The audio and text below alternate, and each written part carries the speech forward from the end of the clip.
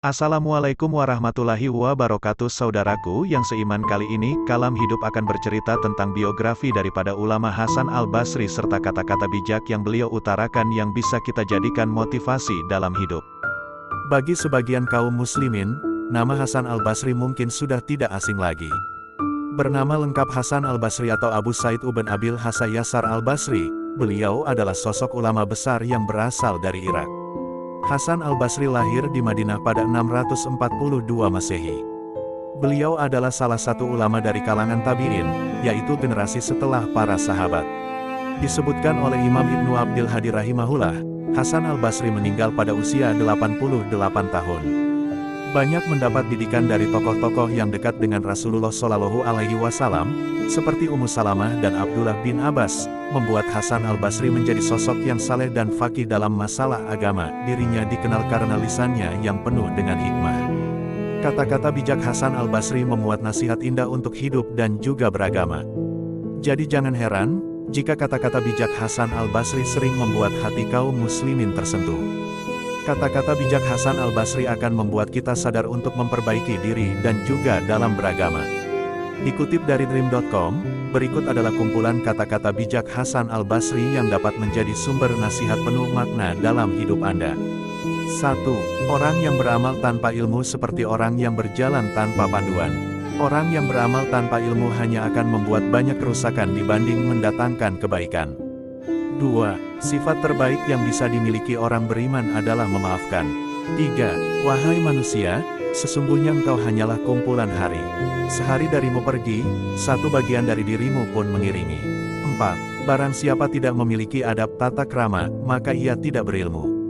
Barang siapa yang tidak memiliki kesabaran berarti ia tidak memiliki agama. Dan barang siapa tidak memiliki ketakwaan, berarti ia tidak mempunyai kedudukan di dekat Allah. 5. Al-Quran telah mengungkap penyakit kita dan menunjukkan obatnya. Penyakit kita ialah dosa, dan istighfarlah obatnya. 6. Telah sampai kepadaku bahwa ketika Allah memberi nikmat kepada seseorang dan memberi mereka sesuatu yang baik, Dia meminta mereka untuk bersyukur. Jika mereka bersyukur, Dia mampu memberi yang lebih banyak kepada mereka. Tetapi jika mereka tidak bersyukur, Dia mampu untuk mengubah nikmatnya menjadi asap. 7. Jangan hanya duduk diam, karena sesungguhnya maut sedang mencarimu. 8. Juallah duniamu untuk akhiratmu, niscaya kamu beruntung di keduanya. Dan janganlah kamu jual akhiratmu untuk duniamu, karena kamu akan merugi di keduanya. 9. Barang siapa yang berusaha menyaingi agamamu, maka berkompetisilah dan kalahkan dia. Dan barang siapa yang berusaha menyaingi duniamu, maka biarkanlah dia dengan dunia. 10. Seorang laki-laki bertanya pada Hasan al-Basri, tidakkah salah seorang di antara kita merasa malu terhadap Tuhannya? Dia berbuat dosa lalu dia mohon ampun, lalu dia berbuat dosa lagi kemudian dia mohon ampun lagi, dan begitu seterusnya. Al-Hasan berkata kepada lelaki itu, setan ingin agar seorang di antara kalian berbuat seperti itu. Karena itu, jangan pernah meninggalkan istighfar untuk selama-lamanya. 11. Jangan membenci musibah yang menimpamu. Karena apa yang kamu benci bisa jadi menjadi penyebab solusi bagimu dan apa yang kamu sukai bisa jadi menjadi penyebab kehancuranmu. 12. Sesungguhnya seorang hamba senantiasa akan berada dalam kebaikan selama ia masih memiliki penasihat dari dalam hatinya dan bermuhasabah menjadi salah satu agenda yang paling ia tekuni. 13. Dunia itu hanya 3 hari saja, 1 hari kemarin, sudah pergi dengan segala isinya tanpa bisa diulang kembali. 2 hari esok, yang mungkin saja engkau tidak bisa menjumpainya, lantaran ajal menjemputmu. 3 hari ini, itulah yang menjadi milikmu, maka isilah dengan amalan. 14. Tidaklah gambaran kehidupan dunia seluruhnya dari awal sampai akhirnya kecuali seperti seorang yang tidur, dia melihat dalam tidurnya apa yang dia senangi kemudian dia tersadar bangun. 15. Di antara tanda-tanda Allah berpaling daripada seseorang ialah Allah menjadikan kesibukannya pada perkara-perkara yang tidak bermanfaat bagi dirinya. 16. Seseorang tidak akan mendapatkan predikat ketakwaan sampai dia melakukan muhasabah kepada dirinya lebih ketat dibanding seorang teman yang bermuhasabah terhadap temannya. 17. Seorang mukmin itu melakukan ketaatan namun dia khawatir. Adapun orang fajir melakukan kemaksiatan dan dia merasa aman. 18. Barang siapa mencela dirinya sendiri di hadapan banyak orang, sesungguhnya dia telah memuji dirinya. Dan hal itu adalah salah satu tanda ria. 19. Perbaiki yang tersisa bagimu, maka Allah akan mengampuni atas apa yang telah lalu. 20. Orang sombong itu seperti orang yang berada di atas gunung. Dia melihat orang lain kecil, demikian juga orang lain melihatnya kecil.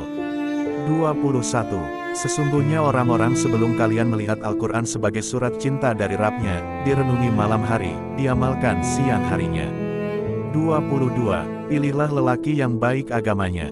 Jika marah tidak menghina, dan jika cinta akan memuliakan. 23. Sesungguhnya jika Allah langsung menghukum semua makhluk yang berdosa dengan memutus rezekinya, niscaya semua manusia di bumi ini sudah habis binasa. 24. Siapa yang tidak menjaga lisannya, maka ia tidak bisa memahami agamanya. 25. Engkau mengejar dunia dan segala kenikmatannya, padahal dunia adalah hukuman bagi Nabi Adam. 26. Seandainya perkataan setiap orang itu jujur dan amalannya baik, ia bisa saja menjadi orang yang merugi. Orang-orang berkata, bagaimana bisa merugi? Hasan Al-Basri menjawab, ia merugi ketika ia kagum dengan dirinya sendiri. 27.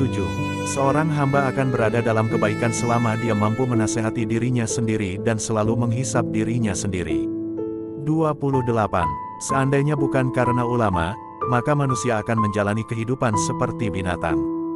29. Aku membaca ada 90 ayat dalam Al-Quran yang mengajarkan bahwa Allah yang menakdirkan rezeki, dan Dia yang menanggung rezeki semua makhluknya. Sementara aku membaca satu ayat mengatakan, setan menjanjikan kefakiran untuk kalian. Akan tetapi, mengapa kita masih ragu dengan firman Allah yang maha benar di 90 ayat, dan kita membenarkan ucapan setan sang pendusta yang hanya ada di satu ayat? 30. Jauhi olehmu, nanti, karena kamu sedang berada di hari ini, bukan di hari esok. Bila hari esok tidak menjelang, kamu tidak akan menyesal. Dan bila masih menjelang, kamu lebih mampu untuk berbuat seperti hari ini. 31. Tetaplah berbuat baik pada orang yang berbuat jelek padamu. Jika tidak bisa, maka jangan sampai engkau berbuat jelek pada orang yang berbuat baik padamu. 32. Ketahuilah bahwa kamu tidak mampu mencintai Allah sampai kamu mencintai menaatinya. 33. Dunia adalah sebuah kendaraan untukmu. Jika kamu mengendarainya, ia akan mengantarkanmu ke tempat tujuan. Namun jika dunia itu yang mengendaraimu, maka kamu akan jatuh dalam kehancuran. 34. Menuntut ilmu di waktu muda seperti melukis di atas batu. 35. Kesabaran adalah harta yang baik. Allah tidak memberikannya kecuali kepada orang yang dikasihinya. 36. Semoga Allah merahmati seorang hamba yang berhenti mencermati keinginan hatinya. Apabila niatnya untuk Allah maka dia akan teruskan. Namun apabila untuk selainnya maka dia akan tunda sampai niatnya benar. 37.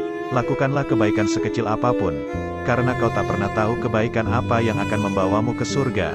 38. Wahai manusia, sesungguhnya aku tengah menasehati kalian, dan bukan berarti aku orang yang terbaik di antara kalian, bukan pula orang yang paling solih di antara kalian. Andai kata seorang muslim tidak memberi nasihat kepada saudaranya kecuali setelah dirinya sempurna, niscaya tidak akan ada pemberi nasihat. 39. Aku tahu rezekiku tidak akan diambil orang lain, maka hatiku tenang. 40. Apa yang berharga bagi agamamu jika sholatmu saja tidak berharga bagimu? Padahal pertanyaan pertama yang akan ditanyakan kepadamu pada hari kiamat adalah tentang salat.